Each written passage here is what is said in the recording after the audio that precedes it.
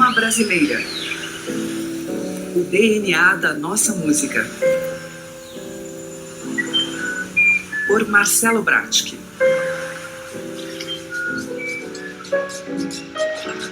E hoje recebo como minha convidada especial para uma entrevista exclusiva para a Cultura FM, Cecília Mui-Laerte.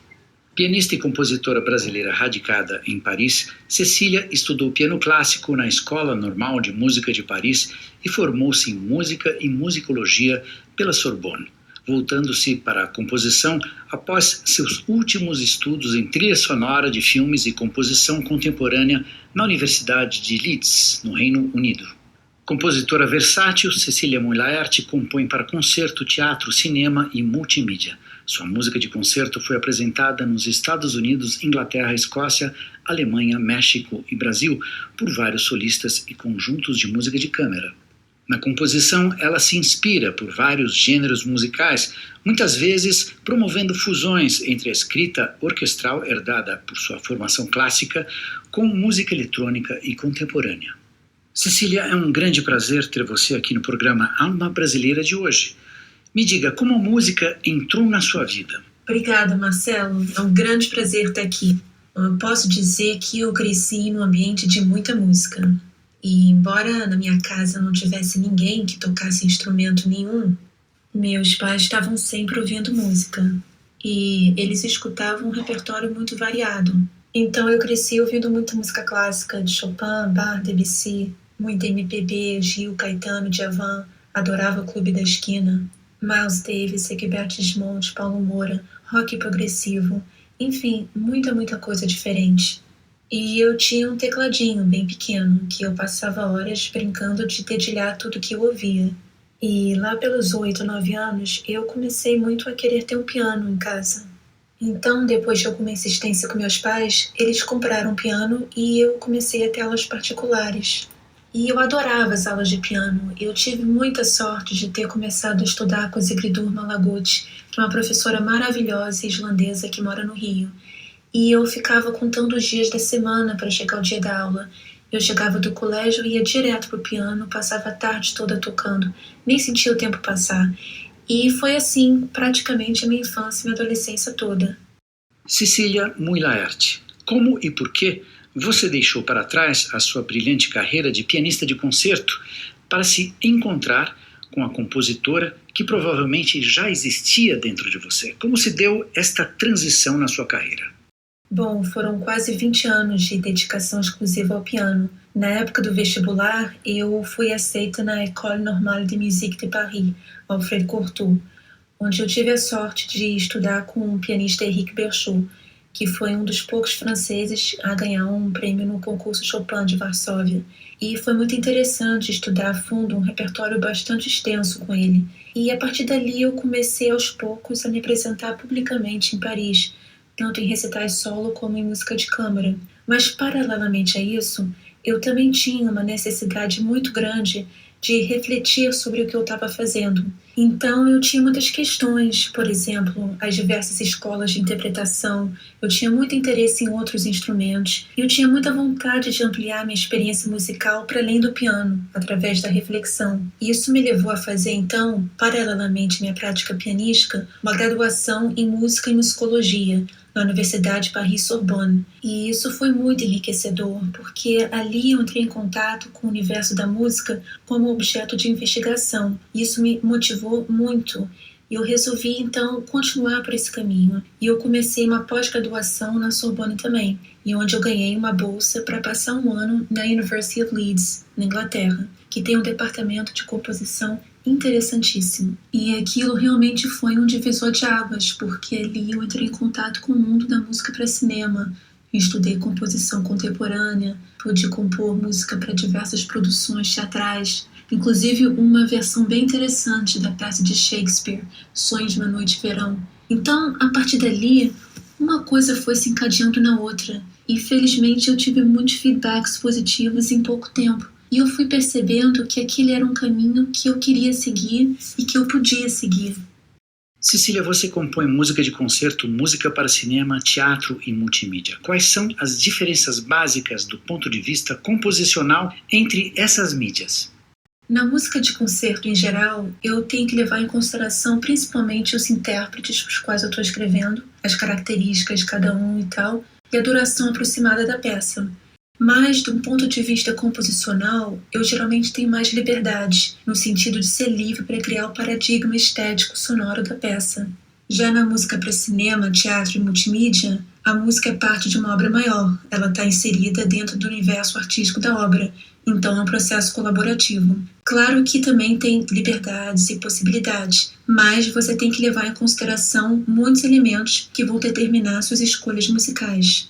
Então, assim, só para dar alguns exemplos de coisas que você pode pensar. Qual é a função da música em relação ao que está sendo visto na cena? Porque muitas vezes a música ela pode manipular, pode induzir a maneira que você percebe as imagens. Muitas vezes ela pode estar querendo expressar algo não dito, algum subtexto, ou não, ela pode estar simplesmente acentuando o que já está sendo visto na tela. Você também tem que levar em consideração o timbre da voz dos atores, os barulhos da cena. O que vai determinar suas escolhas musicais não é tanto uma coerência interna musical, como no caso da música de concerto, e sim vários elementos extramusicais. Aliás, é interessante porque na França e também em outros países europeus, o compositor ele é considerado o terceiro autor de uma obra audiovisual, junto com o diretor e o roteirista. E nesses casos, a música muitas vezes assume um papel mais central na obra. Isso deixa muito mais liberdade para o compositor. Então isso é uma tendência que vem se acentuando cada vez mais, que é interessantíssimo. Cecília, o seu instrumento é o piano. Mas quando você compõe, você utiliza o piano como parâmetro físico ou o processo ocorre através do seu ouvido interno, longe do instrumento? Em geral, longe do instrumento, que antes de qualquer coisa eu começo a conceber a peça mentalmente. Primeiro pensando em linhas mais gerais, mais amplas, e depois eu vou progressivamente afunilando, dando forma e definição às ideias, como se eu estivesse fazendo uma escultura. Para mim, usar o piano como parâmetro físico até atrapalha, inibe a minha imaginação, sabe? Porque você fica confinado ao som de um instrumento só, ao timbre de um instrumento só. E quando você compõe, você quer ficar totalmente livre para imaginar o som que você quiser, porque justamente a instrumentação ela influi em todo o processo criativo da composição. Então, quando eu finalmente sento para escrever as notas propriamente ditas, eu já tenho uma visão clara do que eu vou querer escrever. E daí em diante, o processo é relativamente rápido. Aliás, nesse sentido, o processo é o mesmo, quer que eu esteja escrevendo para concerto, cinema, teatro, etc. Eu sempre passo a maior parte do tempo concebendo a música mentalmente. E escrever as notas é uma das últimas coisas que eu faço.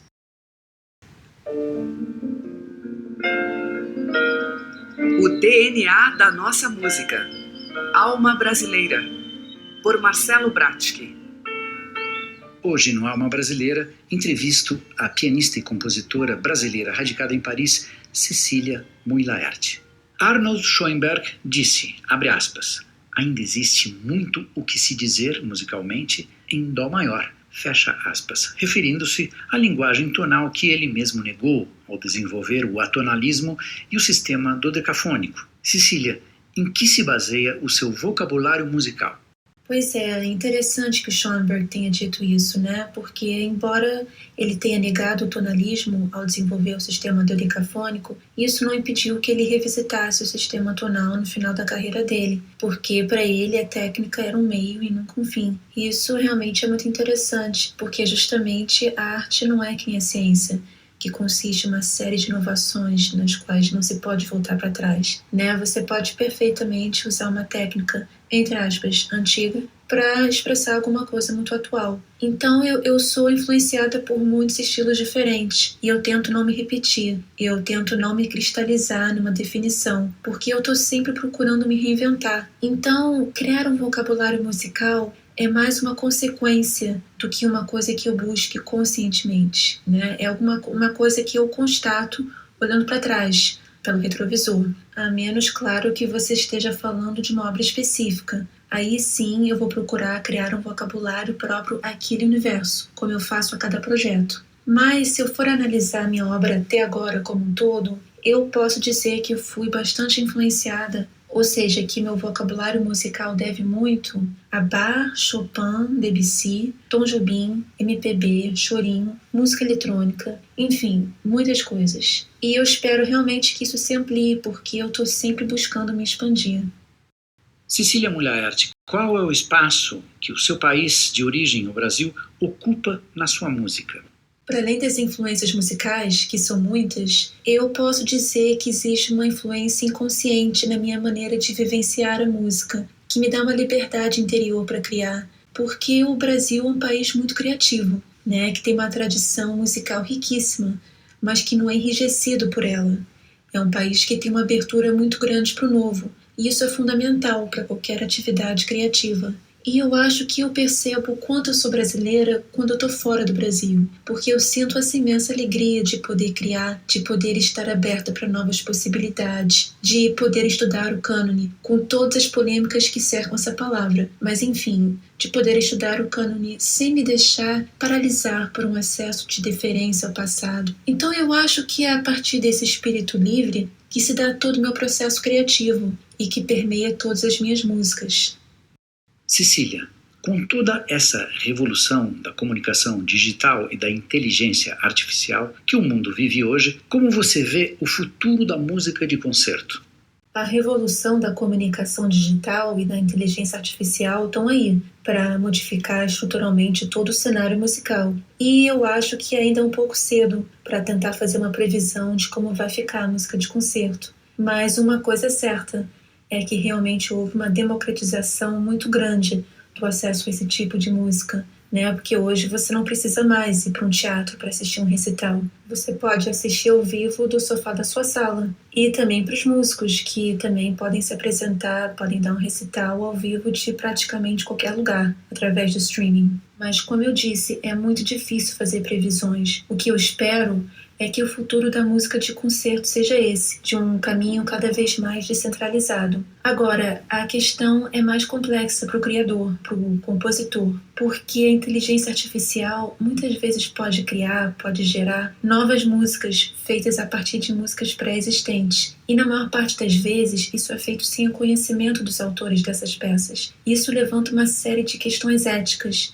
e não se sabe mesmo onde isso vai dar, qual vai ser o futuro disso, que é uma questão muito complicada. Mas em relação à apresentação da música de concerto, propriamente dita, eu espero que as novas formas de comunicação digital continuem a contribuir para um futuro cada vez mais inclusivo, mais democrático e mais descentralizado.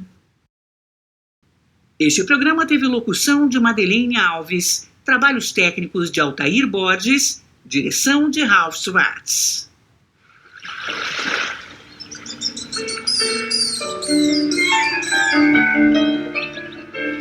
Alma Brasileira, o DNA da nossa música. Apresentação: Marcelo Bratschke.